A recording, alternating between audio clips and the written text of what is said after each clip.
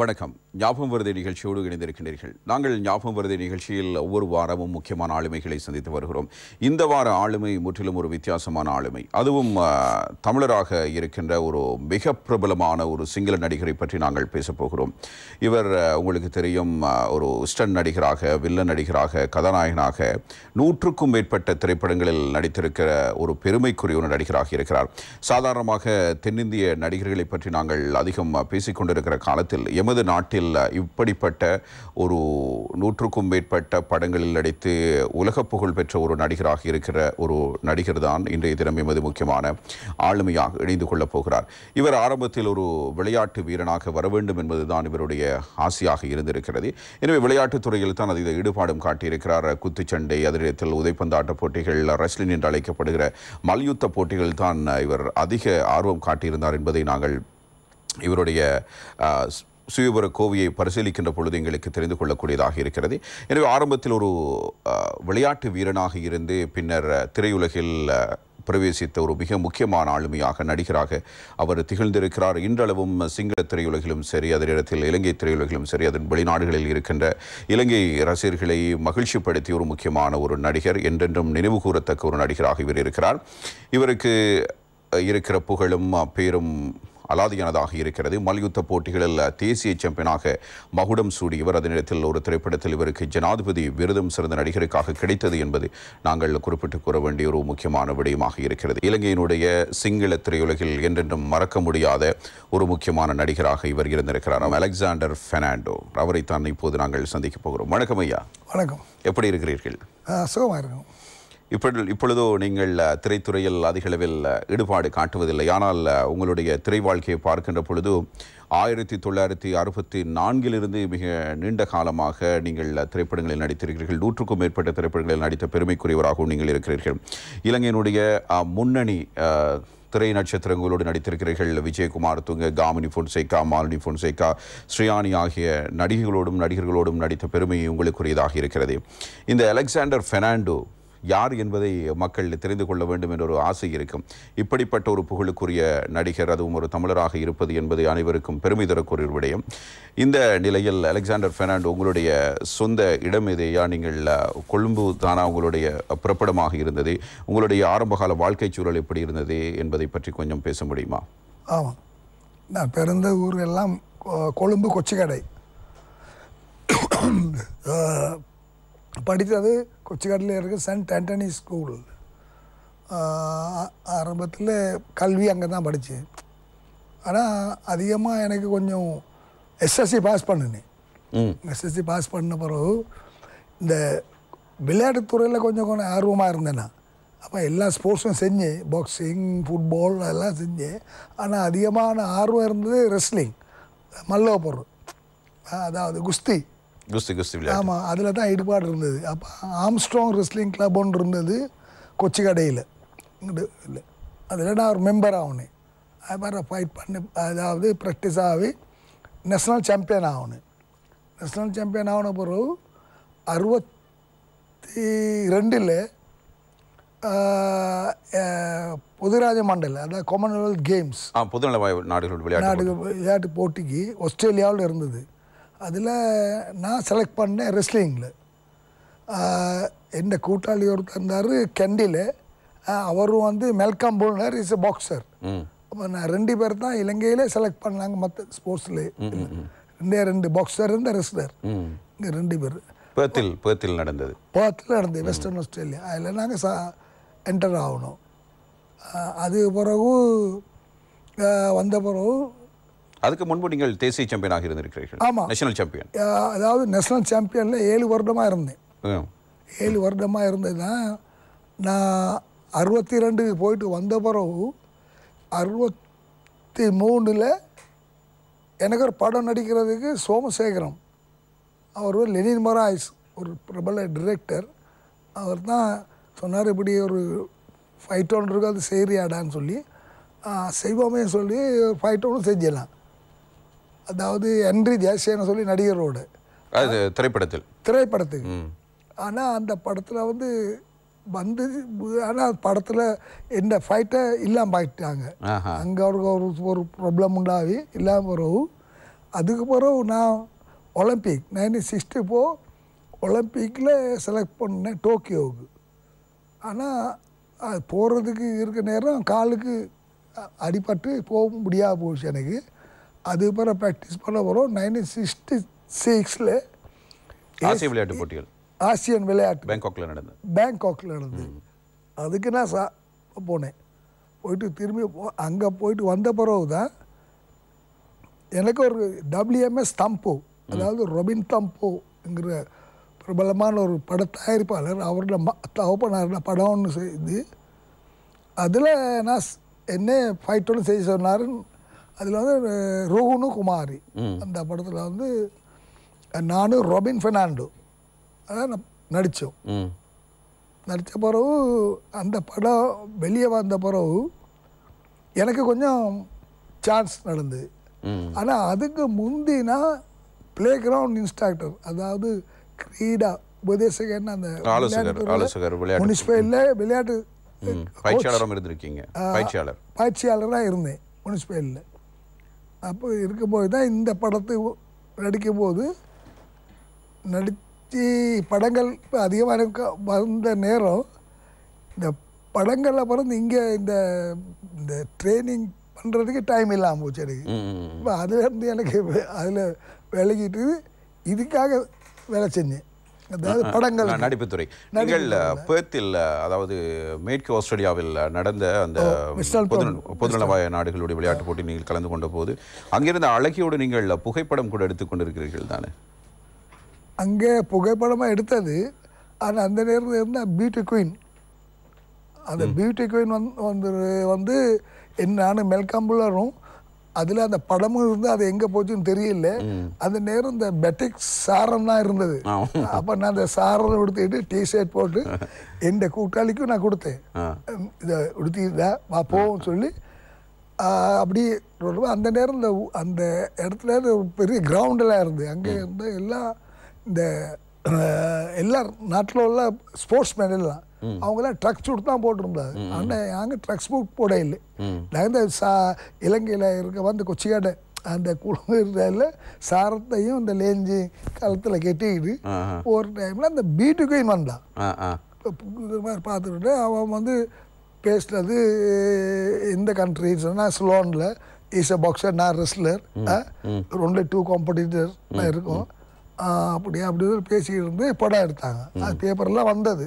இந்த சாரை உடுத்திக்கிட்டு அந்த 2 பேரும் நாங்கள் போட்டு கை போட்டுக்கிட்டு வர்றது. இனி எப்படி இருந்ததுன்னா இந்த டைனிங் ஹால்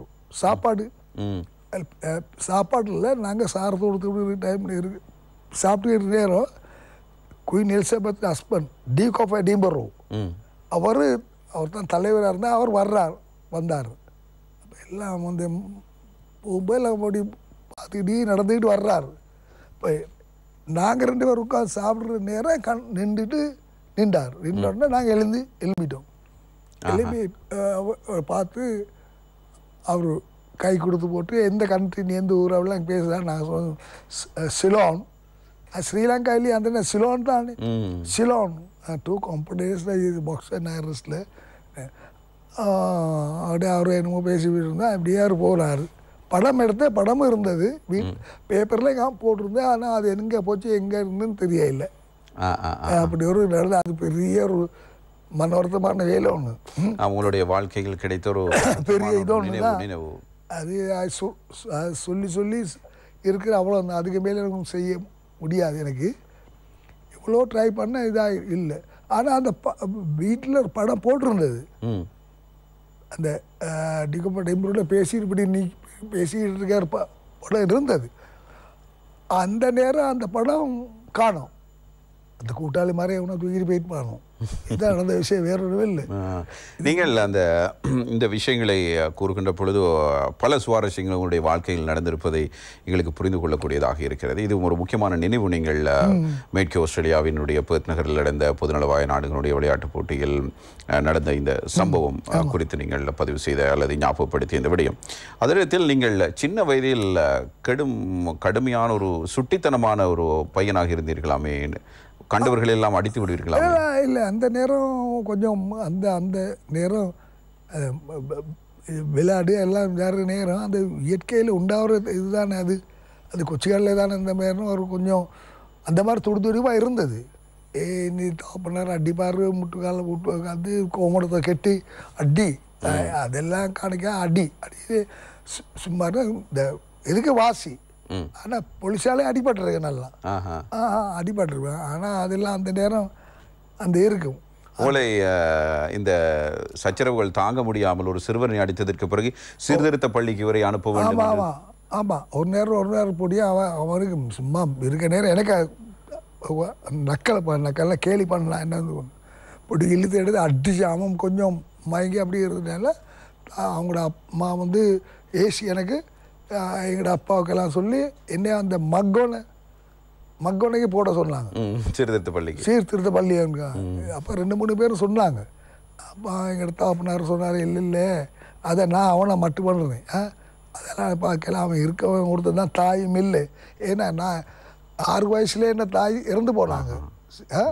அப்போ என்ன பார்க்குறதுக்கு ஆட்சி தான் ஆட்சியும் என்ன சொன்னாலும் நாங்கள் கேட்குறது இல்லையே. அவங்களுக்கே நான் ஒரு நக்கலை போட்டு அவங்கள மடியில் இருந்த சல்லியை கலை எடுத்துட்டு போயிடுவேன். இப்படி நடந்தது தான் மட்டு பண்ணுறது யாரும் இல்லையே. அந்த மாதிரி அந்த வளர்ந்துட்டேன் அந்த மாதிரி என்ன அப்படின்னா நான் தாப்பனார் தான் அடித்து மட்டு பண்ணி அந்த பேமெண்ட் லெவலுக்கு இல்லாமலே கொண்டாந்துட்டாங்க. அப்படியே நீங்கள் ஒரு விளையாட்டு வீரனாக அது அந்த விளையாட்டு சரி இருக்கணும் தான் இதில் உண்டு. நீங்கள் விளையாட்டு துறையிலிருந்து சினிமா துறைக்கு வந்த பொழுது உங்களுக்கு கவலையாக இருக்கவில்லையா? நீங்கள் விரும்பி நேசித்த ஒரு துறை, அதாவது ஒரு சிறந்த ஒரு மல்யுத்த வீரனாக வர வேண்டும், நாட்டுக்கு பெருமை சேர்க்க வேண்டும் என்ற ஆர்வத்தோடு தானே நீங்கள் விளையாடி இருப்பீர்கள். ஆமாம் ஆமாம் இது அதுதான் என்ன மெயின் ஐடியா. அதுதான் ஸ்போர்ட்ஸ்மேனாகவே ஒரு ஒலிம்பிக்கில் ஒரு கோல்டு மெடல் எடுக்கணும் அந்த ஆசை இருந்தது. இதில் இப்படி இருக்க நேரம் தான் சந்தர்ப்ப சூழ்நிலை அந்த ஆஸ்திரேலியா வீடு வந்த பிறகு இந்த படத்துக்கு சான்ஸ் ஒன்று கிடச்சிது. எப்படி ஒரு படத்தை இருக்கு நீ நடின்னு சொல்லி நடிச்சு. அதாவது 64இல் நீங்கள் டோக்கியோவில் நடந்த ஒலிம்பிக் விளையாட்டு விழாவில் காயம் காரணமாக போக முடியவில்லை. காலுக்கு என்ன செலக்ட் பண்ணாங்க நாமினி. ஆனால் போக கிடைக்க இல்லை. காரணம் இந்த ப்ராக்டிஸ் பண்ணுற நேரம் கால் அடிபட்டு போக முடியாமல் போயிட்டு. இப்போது நீங்கள் இலங்கையினுடைய மிக பிரபலமான ஒரு நடிகர். விளையாட்டுத் துறையில் நீங்கள் நினைத்த அளவுக்கு நீங்கள் சாதிக்க நீங்கள் மிக பெரும் ஒரு சாதனையாளர் விளையாட்டுத் துறையிலும். ஆனால் உங்களுக்கு நீங்கள் இதை நினைத்து நீங்கள் திருப்திப்படுகிறீர்களா? இந்த நடிப்பு துறையில் கிடைத்த சாதனைகளை வைத்து, இல்லை என்றால் விளையாடி இருந்தால் நடிப்பு துறையை விட நான் இன்னும் சாதித்திருப்பேன் என்கிற ஒரு மன ஆதங்கம் உங்களுக்குள் இருக்கிறதா? இல்லை, அதாவது இப்படித்தானே எங்கெங்கே எழுதி வச்சிருக்கு அங்கே தானே எனக்கு மனசாண்டுக்கு. இப்போ நான் இப்படி போகும்போது நான் தேர்ந்தெடுத்தது வந்து ஒரு நல்ல ஒரு பாதை. ஆனால் போனதே வேற ஒரு பாதை. ஆனால் அந்த பாதையில் தான் போயிட்டேன். ஏன்னா அதனால பேர் வந்துட்டு எனக்கு பேர் வந்துட்டு. ஆனால் அந்த பேர் வந்தாலும் அந்த அதுக்குள்ள மதிப்பு இல்லை, கூலி இல்லை இப்போ இருக்கிறது. ஏன்னா இதே வந்து நான் இந்தியாவில் நடிச்சு இருந்திருந்தா ஏதோ எங்கேயோ போயிருப்பேன். ஆனால் அப்படி இருந்தாலும் கூட சொல்ல முடியாது. காரணம் என்ன தெரியுமா? உண்மையிலே சொல்ல போனால் அங்கே போனால் பணம் கூட கிடைக்கும் சொல்லுவேன். ஆனால் என்னை பார்க்குறதுக்கு யாரும் இல்லையே. ஆனால் தனி சுதந்திரமான ஒரு மனுஷன் அங்கே ட்ரிங்க்ஸில் அப்படி இப்படி விழுந்து பேமெண்ட்டில் விழுந்து ஒருவேளை செத்தும் போயிருப்பேன். உங்களுக்கு ஆரம்பத்தில் அந்த பழக்கங்கள் இருந்திருக்கிறது?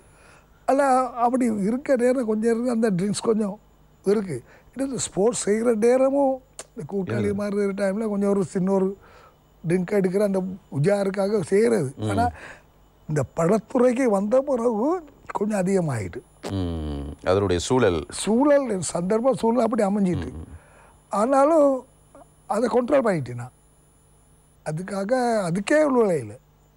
ஏன்னா இந்த சந்தர்ப்பம் வந்து இப்படி அப்படி அமைஞ்சிருக்கு. பணம் இருக்கணுமே, இதெல்லாம் அமையணும்.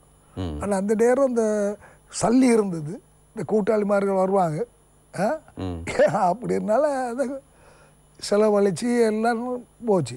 இதுதான் நடந்த விஷயம், வேற ஒன்றும் இல்லை. அது அந்த நேரம் அப்படி இருந்தால் அது சாதாரணமாக பணம் கூட இருந்தாலும் அதில் தான் விழுந்துருமே. ஆமாம். இப்போ இந்தியாவில் கூட பார்க்க போனால் எவ்வளோ பேர் நடிகர் மாதிரி இல்லாமல் அப்படியே இதாக இருக்காங்க. அது இல்லை, அது உண்மையிலே நடக்கிற விஷயம். பணம் கிடைக்காதவனுக்கு படம் அதிகமாக வந்தால் என்ன நடக்கும்? ஆமாம். அது கண்ட்ரோல் பண்ணுற யாரும் இல்லையே.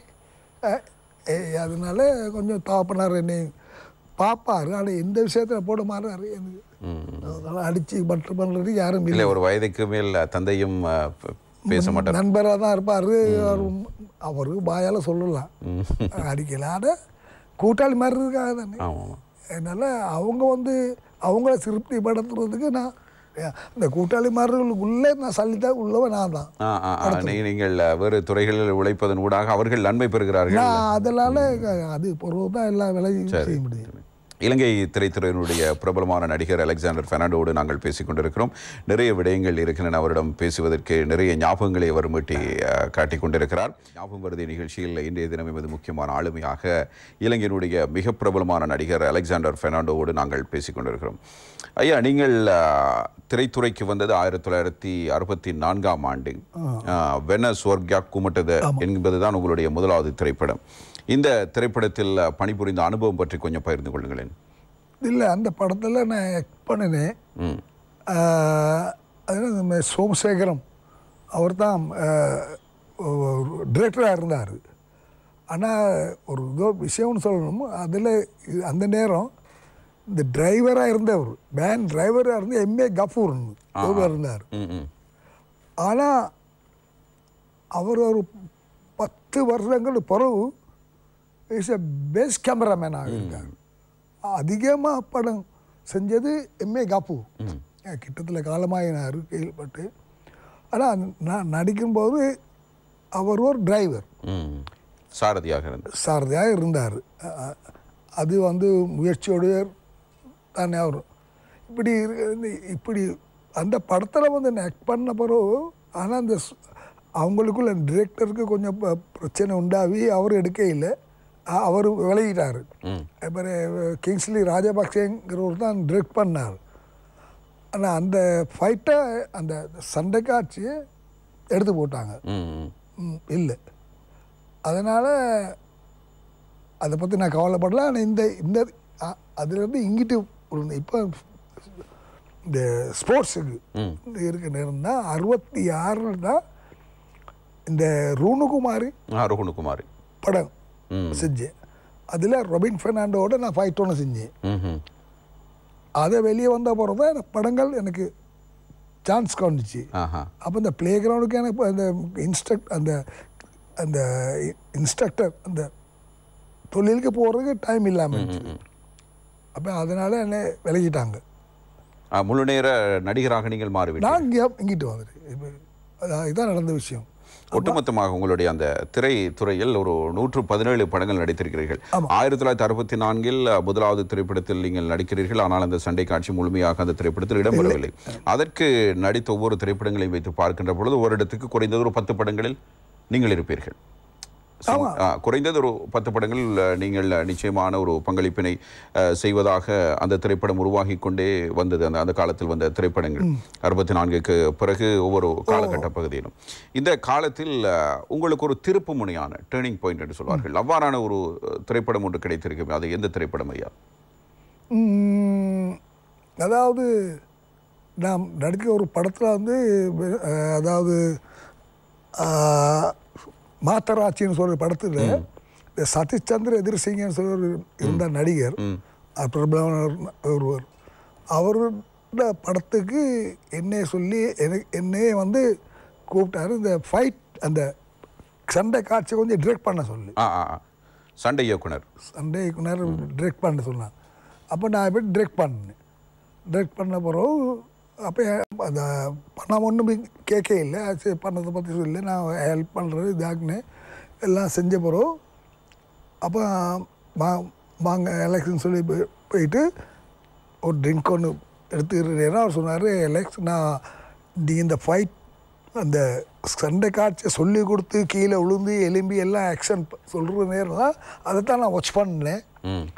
நான் ஒரு நல்ல ஒரு சான்ஸ் ஒன்று செஞ்சு கொடுக்குறேன் உங்களுக்கு அப்படி சொல்லி அவர் எடுத்த படம் ஒன்று அந்த நேரம். அதாவது ஒரு படம் ஒன்று ஞாபகம் சொல்கிறேன். அந்த படத்தில் ஒரு கேரக்டர் ஒன்று 4 பேர் புடியமாரில் இருக்க அந்த கேரக்டர் ஒன்று எனக்கு கொடுத்தாரு. அந்த படம் இதில் ஒரு கேரக்டர் ஒன்று செஞ்சேன். ஆஹா. நடிப்பு என்கிற முறையில் நடிப்பு செஞ்சேன். இப்படி செஞ்சு இருக்க நேரம் தான் அது பிறகு தான் படம் எல்லாம் முடிஞ்ச பிறகு அலெக்ஸ் தவ எக்காக் தேனா ஓ அசாங்கரன்னு சொல்லி எனக்கு அதை ஒரு சைன் பண்ணு ஒரு ஃபார்ம் ஒன்று கொடுத்தாரு. முன்னாடி எதுக்காக அசாங்கரன்ல அப்படின்னாரு. நீ சொல்கிற செய்யணும் நான் சைன் பண்ணேன். கையை கொடுத்து போடலாம் ஓ தமிழ் மே ஃபில்ம் மேக்கிங் ஹீரோ அதாவது கதாநாயகன். ஆஹா. நீ அதுதான் சாஹெட்டேனியா இல்லை இல்லை மாத்தராஜ் அதாவது ஸ்ரீமதாரா ஸ்ரீயானி பெர்ரா தான் கதாநாயகியாக இருந்தா. இப்போ அவள் லண்டனில் இருக்காங்க. அந்த படம் கொடுத்தே சொன்னா இதுதான் படம்னு.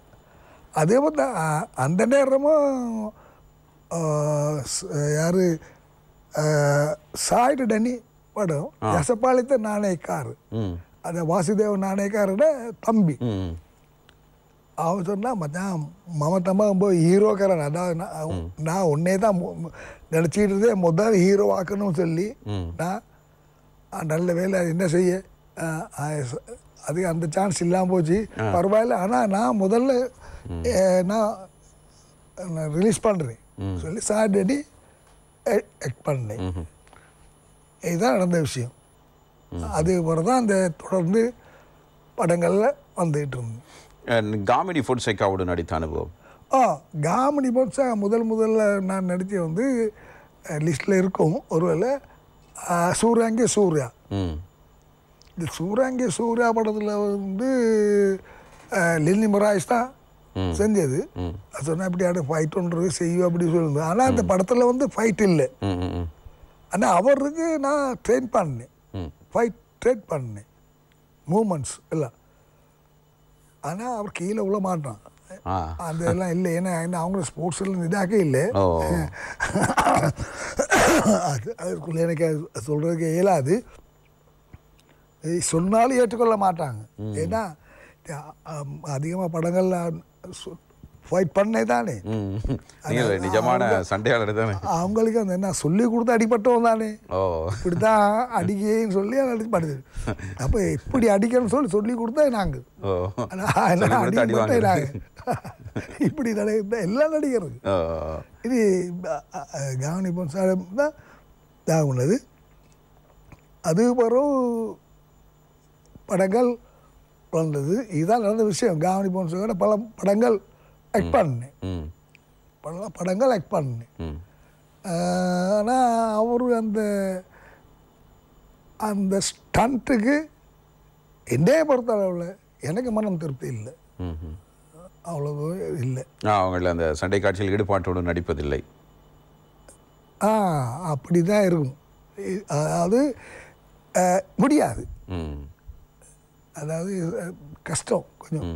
பசமித்துரோ திரைப்படம் உங்களுக்கு ஜனாதிபதி விருதை பெற்று தந்தது.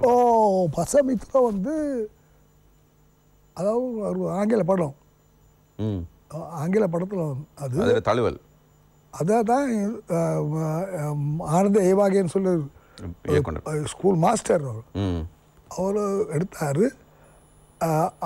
அதில் வந்து பிளாக் அமெரிக்கன், அந்த கருப்பு மனிதனும் வெள்ளை மனிதனும், ஒயிட் அண்ட் பிளாக், அதுதான் அந்த படம். அதில் வந்து நடிக்க ஏலன் லேட் வெள்ளைக்காரனுக்கு நடித்தான். கருப்பு மனிதனுக்கு வந்து சிட்னி பாய்ட்டியர். இதான் அதை வந்து தமிழ் இந்த சிங்களத்தில் எடுத்தாங்க.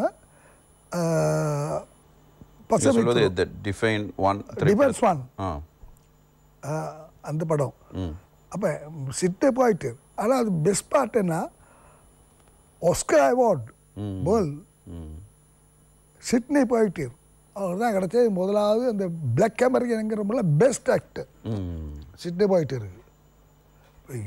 இதை ஒன்று எனக்கு சான்ஸ் ஒன்று கிடச்சது. என்ன எப்படின்னா, சிங்கள படத்தில் இதே இடத்துல தமிழனுக்கு நடித்த எனக்கு ஒரு ஸ்பெஷல் விருது ஒன்று கிடச்சிச்சு, ஜனாதிபதி விருது. ஜனாதிபதி அது அது மர்வின் ஜாயத்துங்க எனக்கு கிடைச்சதுனால அவனுக்கு கிடைச்சது. நீங்கள் வேலு என்ற பாத்திரத்தில் நான் வேலு, அவன் கேமனும். இதுதான் அந்த ஒற்றுமையாக இருந்தது. ஹாலிவுடன் ஸ்ரீலங்கா படத்தில் ஒரு ஒற்றுமை அந்த அவார்டு கிடைச்சது. ஒரு தமிழ்லையும் கிடைச்சா இந்த அவ்வளோதான் அது வெற்றி ஒன்று. நாங்கள் தொடர்ந்து பேசலாம் ஐயா. இன்னும் நிறைய விஷயங்கள் இருக்கின்றன. ஞாபகம் வருது நிகழ்ச்சியில் சரி பிரபல நடிகர் அலெக்சாண்டர் பெர்னாண்டோவோடு பேசிக் கொண்டிருக்கிறோம். நீங்கள் இவ்வாறு திரைத்துறையில் கோலோச்சி கொண்டிருந்த இந்த காலத்தில் சிங்கள திரையுலகில் இலங்கையிலும் தமிழ் திரைப்படங்கள் எடுக்கப்பட்டதல்லவா? நீங்கள் அப்போது திரைப்படங்கள் நடிக்க ஆர்வம் காட்டவில்லையா? நான் உண்மையிலே ஆர்வம் இருந்தது. ஆனால் எனக்கு அந்த சிங்களம் அதெல்லாம் பேசி அப்படி இருந்தாலே தமிழ் உச்சரிப்பு வராது. ஆனால் அது கொஞ்சம் பின்வாங்கினேன். ஆனாலும் தமிழ் படங்கள் கொஞ்சம் ட்ரை பண்ணுறாங்க. என்னை போட்டு படம் எடுக்கிறதுக்கு பார்த்தாங்க, முயற்சி செஞ்சாங்க, பார்த்தாங்க. ஆனால் இதே நேரம் ஒரே அவரும் ஒரு தமிழன் தான், என்ன செய்ய அவர் இல்லை அவரை போட்டு எல்லாம் படம் எடுக்கல, அது முடியாது அப்படி இதாக்கி நான் வேறு இதாக்குவோன்னு சொல்லி பிபி கணேசன் அவர் ட்ரை பண்ணார். என்ன படம் ஒன்று எடுக்க, தமிழ் படம் எடுக்க அவரும் பேசினார். பேசின பிறகு என்ன ஹீரோ ஆக்குறது தான் அதில் ட்ரை பண்ணி தாக்குறாங்க. பேசும்போதுன்னா அதில் ஒரு அவரோட பேரும் சொல்லக்கூட அவரே தமிழா என்ன ஐயா உங்களுக்கு நடிக்கையில் தான் நீங்கள் ஹீரோ செய்யலாமே. பிபி கணேசனுக்கு ஒரு தூண்டுகோல் கொடுத்து அவருக்கு ஒரு பிரெயின் வாஷ் ஒன்று கொடுத்து அவருக்கு ஹீரோ புதிய காற்று அவரு ஹீரோ ஆக்கிட்டாங்க. நடந்த விஷயம் நான் சொன்னா இது பிறகு தமிழ் படங்களே வேணாம், எனக்கு கை கொடுக்கறதே சிங்களம். அதோட நான் போகிறேன் அந்த பக்கத்துக்கு, இந்த பக்கமே வர மாட்டேன், தேவையில்லை எனக்கு. அது இந்தியாவோட முட்டை இயலாது எனக்கும். அதாவது இதில் போகிற நல்ல சொல்லி இந்த பக்கம் இருந்து அதானே இப்பொழுதும் அந்த கவலை இருக்கிறது நிறைய பேருக்கு. இலங்கையினுடைய திரைத்துறை, அதாவது தமிழ் திரைத்துறை வீழ்ச்சி கண்டு விட்டது முழுமையாக. ஓராண்டுக்கு முன்பு சில திரைப்படங்கள் வந்தன. இப்பொழுது நீண்ட கால இடைவெளியில் ஒரு 30 ஆண்டு இடைவெளிக்கு பிறகு அண்மையில் ஒரு திரைப்படம் வந்திருந்தது. இப்படி நீண்ட காலங்கள் எடுத்தன. ஆரம்பத்தில் படிப்படியாக நிறைய திரைப்படங்கள் வந்து வெற்றி பெற்றிருந்தன தமிழ் திரையுலகில்.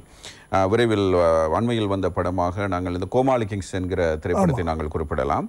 இப்படி அந்த திரைத்துறை அந்த வீழ்ச்சி அடைஞ்சதுக்கு என்ன காரணம் நினைக்கிறீங்க? வீழ்ச்சி அதாவது கோமாளிகள் காமெடி யார் செஞ்சாலும் வரும், காமெடியாக செஞ்சால் எதுவும் நடக்கும். ஆனால் அதுக்கு பிறகு மற்ற படங்கள் அவர் வெற்றி காண முடியலை. இப்படி பார்க்க போனால் ஒரே ஒரு விஷயம் சொல்லலாம், படம் இந்த ஹால் தியேட்டர்ஸ் அது தமிழர்கள் இருந்தது, டிரெக்டர் தமிழர்கள், ப்ரொடியூசர் தமிழே, எல்லாருமே தமிழர்கள் தான் இருந்தாங்க. இந்த படம் இந்த சிங்கள படத்தை இவ்வளோ தூரம் முன்னேற்றம் வந்து அவங்க தான் செஞ்சது. அது இப்போ காலைக்கிறது கொஞ்சம் முந்தி தான் இப்போ நாசமாக போச்சு. கை கொடுத்ததே அவங்க தான். இதுதான் நடந்த விஷயம். தமிழர்கள் அவங்க தான் உண்டாக்குனாங்க. தமிழ் படம் செய்வோம்னு சொல்லி ஒரு ஆசை வந்து, ஆனால் நடிகர்கள் சரியான இல்லை. நடிகர்கள் கொஞ்சம் முடியாது. இது அதாவது பாச பிரச்சனை. அதாவது இப்போ சாதாரணமாக சொல்ல போனால் இப்போ ஜஃப்னா தமிழ், யாழ்ப்பாண தமிழ் வந்து தமிழ் படங்களுக்கு முடியாது, இந்தியன் தமிழ் தான் வரணும்.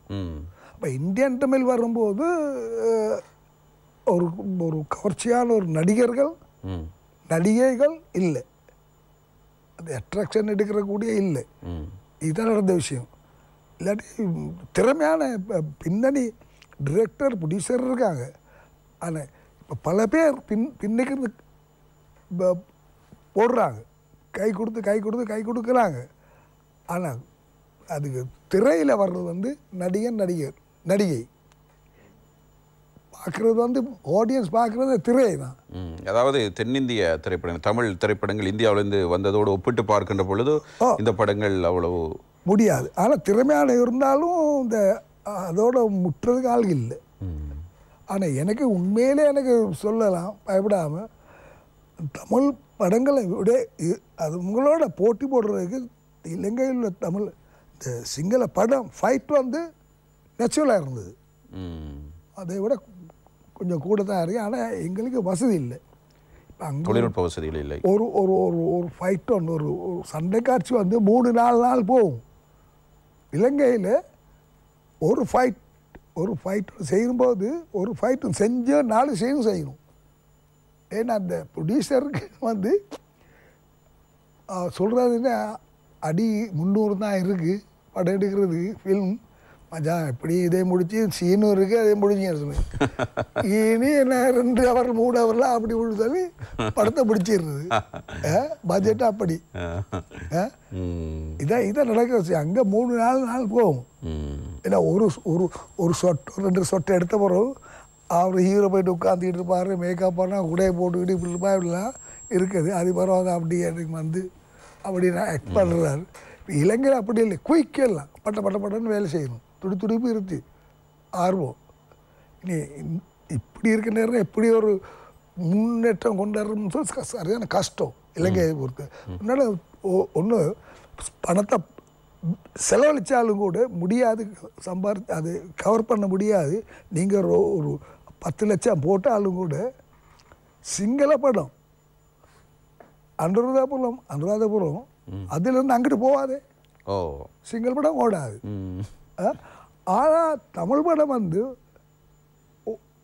ஒரு சிங்களால் இருந்தாலும் அவன் கூட பார்ப்பான் தமிழ் படத்தை.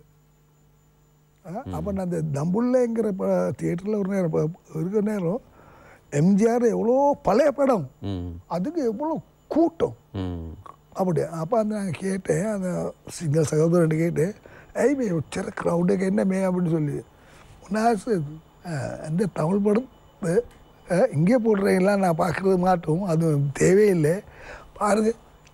இந்த சிங்கள படத்தை விட இது பார்க்கலாம். பலனை திமல்ல ஃபிலிம் பலன் கூட அது பார்க்கும்போது சரியான ஆசை. ஏன்னா அந்த உடைகள் அவங்களோட நடிப்பு அந்த பாட்டு மியூசிக் இதெல்லாம் பார்க்கும்போது கொஞ்சம் இதாக கொஞ்சம் ஆர்வமாக இருக்குது. அதுதான் நான் பார்க்குறோம். எங்களுக்கு படம் இந்த பார்க்கும்போது விலகுது இந்த இதெல்லாம்.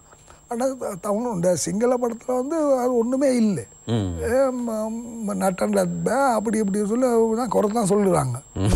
இப்போ உண்மையில் அது உண்மை தான். ஆனால் ஒன்று இருக்குது, இப்போ சாதாரணமாக இந்த லெனின் மொராய்ஸ், செல்வரத்னம் இவங்க சிங்கள படம் வந்து மக்கள் கொஞ்சம் விரும்பி பார்த்தாங்க ஒரு காலம். காரணம் வந்து தமிழ் படங்கள் அதை சிங்களத்தில் எடுத்தாங்க. ஆனால் தமிழ் படத்தை விட கொஞ்சம் இது வாசியாக இருந்து எங்கள்ட இது சிங்கள படம். காரணம் இந்த காவனி போன்ஸாக அந்த இந்த மாலினி நான் அந்த ஃபைட்டெல்லாம் ஃபைட் அண்ட் மூமெண்ட்ஸ் இதெல்லாம் கொஞ்சம் அதை விட கொஞ்சம் கூட இருந்தது. அந்த பாட்டு அதுவும் வாசியாக இருந்தது. ஏன்னா அந்த ஜோதிபால் பாட்டு ஃபைட் அந்த சிங்கள படத்தை விட கொஞ்சம் இந்த தமிழ் படம் விட சுறுசுறுப்பாக இருந்துச்சு சிங்கள படம். ஆனால் தமிழ் படம் இப்படி நடந்த விஷயம் அதில் கொஞ்சம் இதாக பண்ணுது. உங்களுக்கு ரஜினிகாந்தோடு நடிக்க ஒரு சந்தர்ப்பம் கிடைத்தது தானே? நீங்கள் உங்களுடைய வாழ்க்கையினுடைய பல சம்பவங்களை, சிறிய வயதினுடைய அனுபவங்களை கூறுகின்ற பொழுது ரஜினிகாந்துடைய வாழ்க்கையும் அப்படியே நடந்திருக்கிறது. அவரும் சிறிய வயதில் ஒரு சண்டியராகத்தான் நடந்திருக்கிறார். கண்டவர்களை தாக்குவது, சின்ன வயதில் சண்டை போடுவது, அதே நேரத்தில் சிறிய வயதிலிருந்தே குடிப்பழக்கம், சிகரெட் பழக்கம் இருந்தது, தாயாரை இழந்தது போன்ற பல விஷயங்கள் அவருடைய வாழ்க்கையிலும் நடந்திருக்கிறது. அதே கதையினை நான் இப்பொழுது உங்களுடைய வாழ்க்கையிலும் நடந்ததை நான் தெரிந்து கொண்டேன். உங்களுக்கு தீ திரைப்படத்தில் நடிக்க கிடைத்த அந்த அனுபவம் பற்றி கொஞ்சம் பேசுங்க. ஆமாம் ஆமாம், இந்த தீ படத்தில் வந்து சாதாரணமாக நான் உண்மையிலே நான் போவே இல்லை ரஜினிகாந்த் பார்க்குறதுக்கு. ஆனால் அந்த நேரத்தில் ஷீலா பட ப்ரொடியூசர் ஜோ சுகந்தன் இருந்தார், ராஜுன்னு சொல்லி அவர் மச்சான்.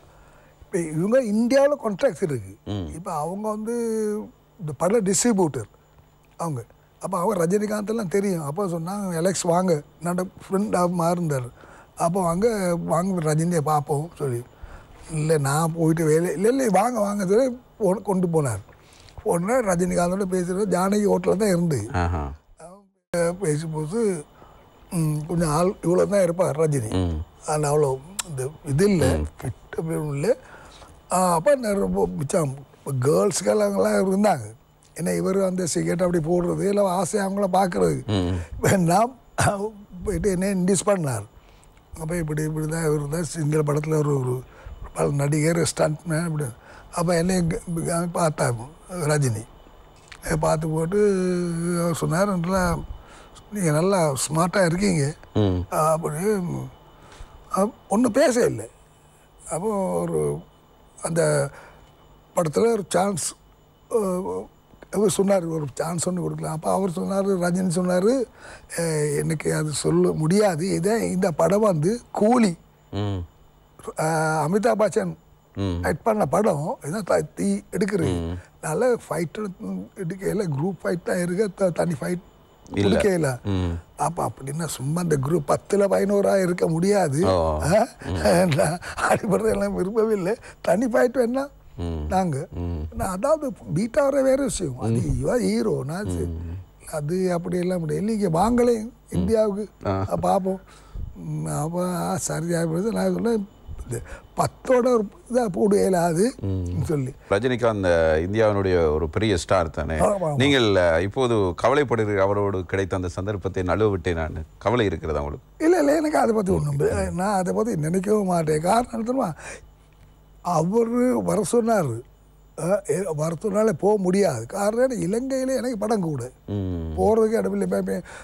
சொல்ல பண்டாரில் ஷூட்டிங் 2-3 நாள் அங்கே இருந்து வீட்டுக்கு வரும்போது கார் இருக்கும், அது வேற ஒரு இடத்துக்கு ஷூட்டிங். இந்த மாதிரி ஷூட்டிங் இருந்து அதிகமாக இல்லை. இப்போ இது சிங்கள படத்தில் வந்து எனக்கு ஒரு தனி மார்க்கெட் ஒன்று இருந்தது அந்த நேரம். இப்போ அவங்க படம் எடுக்கிறாங்க, படம் எடுத்து முடிஞ்ச பிறகு இப்போ மிக மிக மிக ஃபைட்டு அது என்ன எலக்ஸ், அதாவது அதெல்லாம் போட்டு இந்த கொச்சிக்கா அதெல்லாம் போட்டு கறியாக்குவாங்க. வாயில் வச்சோன்னா ஒரு டேஸ்டும் இல்லை, காரணம் உப்பு இல்லை. அண்ணா தேடி வந்து உப்பை போடுவாங்க. இதுதான் படங்களில் வந்து இருக்கும்போது இது ஒன்றும் இல்லை. கோவன் இனி எலெக்ஷன் பண்ணாலும் மஜாங்க வரவன் எலெக்ஷன் கேண்டா அப்படின்னு ஒரு ஃபைட்டோட போட்டுருவான்.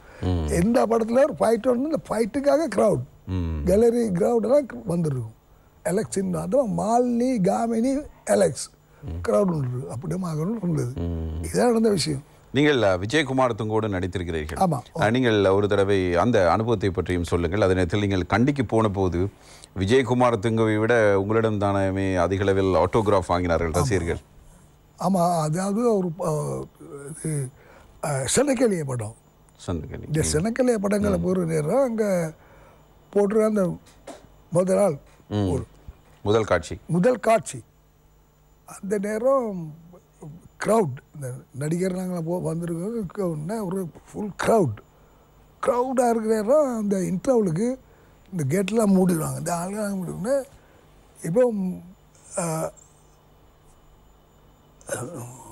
அப்போ க்ரௌடாக இருக்குன்னு அப்போ கத்துறாங்க இருந்து கத்திடுறாங்க அந்த ஆடியன்ஸ் அங்கேருந்து விஜய் மாலினி இதெல்லாமே அங்கே ஒரே கத்துறான்னா இந்த எலெக்ஷன் கத்துறானோ நம்ம நான் போகிறோன்னு கை தட்டி எலெக்ஷன் அப்படின்னு வந்து கை விடுது எல்லாம் ஒரே இது ஒன்று. அப்படியே க்ரௌட் ஒன்று. அதாவது இப்போ பக்கத்தில் இருக்காம பல்மா விஜய்கிட்ட வட்டி கொடுத்த மார்க்கெட் அப்படின்னு சொல்கிறாங்க. ஆனால் அந்த நேரம் உண்மையில் பிடிவாக இல்லை க்ரௌடோட எனக்கு தான் கூட்டம் இருந்தது. ஏன்னா அந்த விஜய் யார் எக்ஸ்ட் பண்ணாலும் கூட எலெக்ஷன் தான் கை கட்டிய ஒரு வீரன் படத்தில் வருகிற இந்த இதில் வந்து இந்த டைட்டில் போகும்போது அந்த படம் எந்த கை காட்டு வரும். விஜயகுமார் துங்க உங்களுக்கு அந்த கிடைத்த பாராட்டு பற்றி ஏதேனும் சொல்லி இருக்கிறாரா? இல்லை, அவர் சொல்லி எலெக்ஷன் உண்மையிலே விஜய் இந்த உண்மையில் பார்க்க போனால் நடிகர்களுக்கும் நான் பேப்பரில் போட்டிருந்தேன், நடிகர்களுக்குள்ளே ஒரு உண்மையான ஒரு மனிதன் அவன் நல்லவன், அவ்வளோதான் பெஸ்ட்டாக அவ்வளோதான் சொல்லலாம். இப்போ காரணம் ஒரு ஒரு நடிகனான பிறகு அவனோட குணமெல்லாம் மாறும். பேர் பணம் புகழ் எல்லாம் மறந்துடும். ஆனால் விஜய்க்கு அப்படி இல்லை. இப்போ இருந்தாலும் அந்த குணம் இருந்துச்சு அவனுக்கு. இப்போ நான் பேசும்போது வாடா வர ஃபைட்டை கற்றுனா ப்ராக்டிஸ் எவ்வளோதான் ஏசினாலும் கூட ஒன்றுமே பேச மாட்டான். ஏன் இது ஏன் நெஞ்சில் வஞ்சம் இல்லாதவன் நல்லவே. இதுதான் நடக்கிறது. நடிகர்களே நல்லவே. நடிகர்களுக்குள் ஒரு மாணிக்கம் நல்ல மனுஷன். உங்களுடைய அந்த திரைப்பட வாழ்க்கையில் நீங்கள் நடித்த திரைப்படங்கள் முக்கியமான ஒரு திரைப்படம் தான் அந்த சரதியல் கே பூத்தா. ஆமாம்.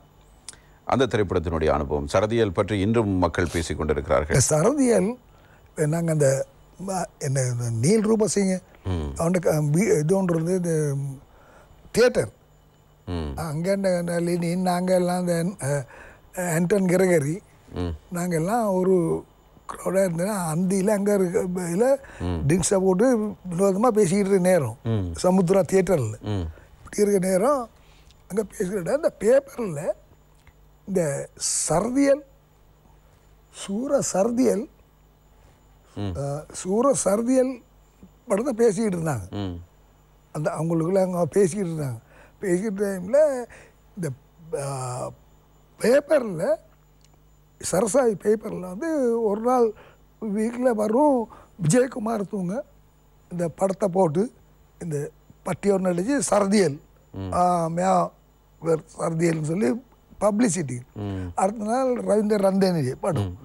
இப்படி ஒரு நடிகர்மார்களை போட்டு போட்டு இந்த அது ஒசை அபய குணசேகரன் அதுவும் நம்மளை கூட்டாளி அவங்க தாப்பனார் தான் எடுக்கிற இருந்தது. ஒவ்வொரு நாளும் இதை தான் போடுறாங்க ஒவ்வொரு நடிகர்கள் போட்டு இருந்தால் இந்த சமுத்திராவில் பேசிட்டு இருக்கும்போது மதாமல் இப்படி தானே ஒரு நாளும் இந்த சரதியல்னு இது இந்த சரதியல் சூர சரதியல்னு முந்தி படம் எடுத்தது. ஆனால் அது அவ்வளோ தூரம் இல்லை. இப்போ இதனால் சரதியல் பற்றி பேசுகிறாங்க. ஏமாதாம ஒரு நாள் இந்த சரதியில் பார்த்து தான் பேசுகிறேங்க. அப்போ யாமுங்க அப்போ ஆண்டன் கிரகரி சொல்லி ஒருத்தர் அவன் அசிஸ்டன்ட் டைரக்டர் சொன்னான். ஆனால் அப்படி யாமே சரதியலுக்கே புத்தாக்கியா சரதியலுக்கே புத்தாக்கியா ஒரு படத்தை எடுப்போம்னு சொன்னது. சரதியல்கிட்ட புத்தக ஞானமா ஏன்ட்ட கொய்யாரி அத்திமா அப்படி சொல்லி அது ஏன் இருக்கும் சும்மா போடுவோம் பேரில் போட்டு அடிப்போம் இதெல்லாம் போட்டால. அப்போ இது யார் நடிகன் எடுக்கணும் அதே போதான் இப்படி ஒவ்வொரு ஆளுக்கும் சொல்கிறான். இப்போ பிரபலமான நடிகர் மாதிரி ஒரு நாள் போடுறான் போட்டு நேரம் அப்போ தான் என்கிட்ட நிற்கிற சொன்னால் அதெல்லாம் யாரும் தேவையில்லை அங்கட இவருக்கு எங்கட பைத்தியக்காரர் கண்ட அவனை போடுவோம். அப்போ நான் பைத்தியம் அது எலக்ஸோ போடுவோம். என்ன மெலிபன் கிரி தாயை போன்ற நம்பிக்கை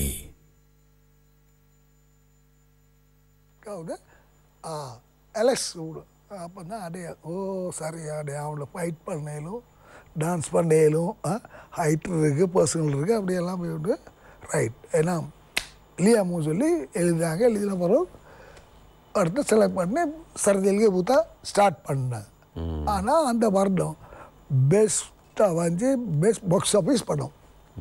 அப்போ மாலி போன்ஸாக ஹெட் பண்ணுறான் என்தன்சி பண்ணுறேன்னா அது எனக்கு ஒரு திருப்பு முன்னே பெரிய இந்த வெற்றி. ஆனால் அது பிறகு படங்கள் இல்லை. சரி. ஏன்னா அப்படியே ஒவ்வொரு இடத்துல கத்திரி வச்சா பெரிய பெரியலாம் அப்படியும் கட்டிட்டாங்க அப்படியே தானாங்கிற முறையில். இது சினிமாவில் இயல்பான விடயம், இயற்கையாக இடம்பெறுகிற ஒரு விடயம். அலெக்சாண்டர் பெர்னாண்டோ நிறைய திரைப்படங்களில் நடித்திருப்பதோடு மக்கள் மனங்களில் இடம் பிடித்த ஒரு நடிகர் என்பதை யாரும் மறக்க மாட்டார்கள். சிலருக்கு தமிழ் பேசும் ரசிகர்களுக்கு சிலரும் தெரிந்திருக்காத அவர் ஒரு தமிழர் என்று இன்றைய தினம் அவர்கள் இதனை உறுதி செய்திருப்பார்கள் என்று நாங்கள் நினைக்கிறோம்.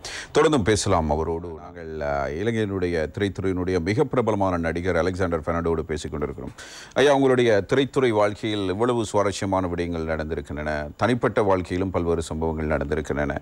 இவை ஒவ்வொன்றையும் கேட்கின்ற பொழுது ஒவ்வொருவருக்கும் புதிய அனுபவங்கள் கிடைக்கின்றன. இந்த நேரத்தில் உங்களுடைய தனிப்பட்ட குடும்ப வாழ்க்கை பற்றி நான் கேட்கப் போகிறேன்.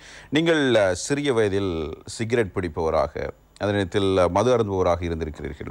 ஒரு நடிகராக இருந்திருக்கிறீர்கள். நடிகர்களுக்கென்ற ஒரு தனியான அங்கீகாரம் ஆரம்ப காலத்தில் இருப்பதில்லை. அப்படினால் உங்களுக்கு எப்படி பெண் கொடுத்தார்கள்?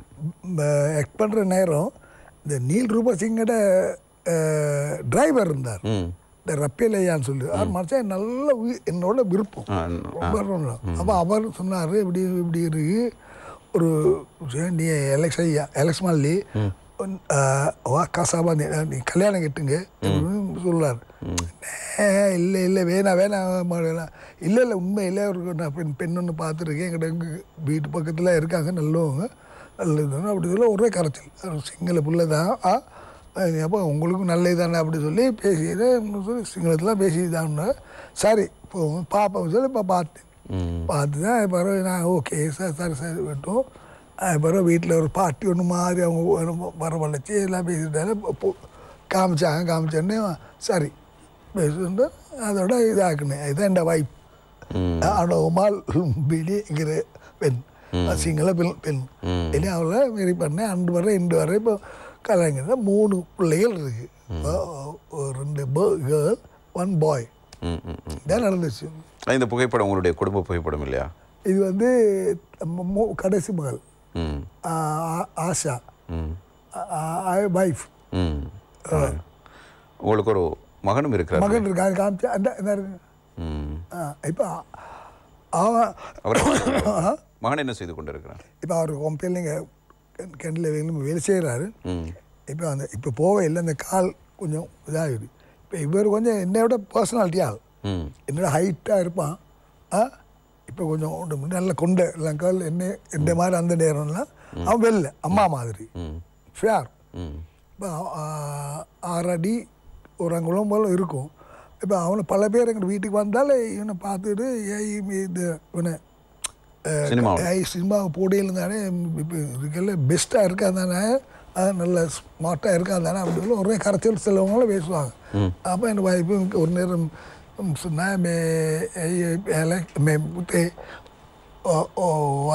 கண்ட புள்ளானே தாத்தாக்கு நம்ம கண்ட புள்ளானே வெரி முடியாது அப்படின்னு சொல்லி அவதான் இல்லை இல்லை எனக்கு முடியாது காரணம் சிங்களத்தை சொல்கிறான். சிங்களத்தை விருப்பம் இல்லை அவருக்கு. இல்லை இல்லை ஏன் உனக்கு விருப்பம் இல்லை அப்படி சொல்லலாம். அப்பா சொன்னேன்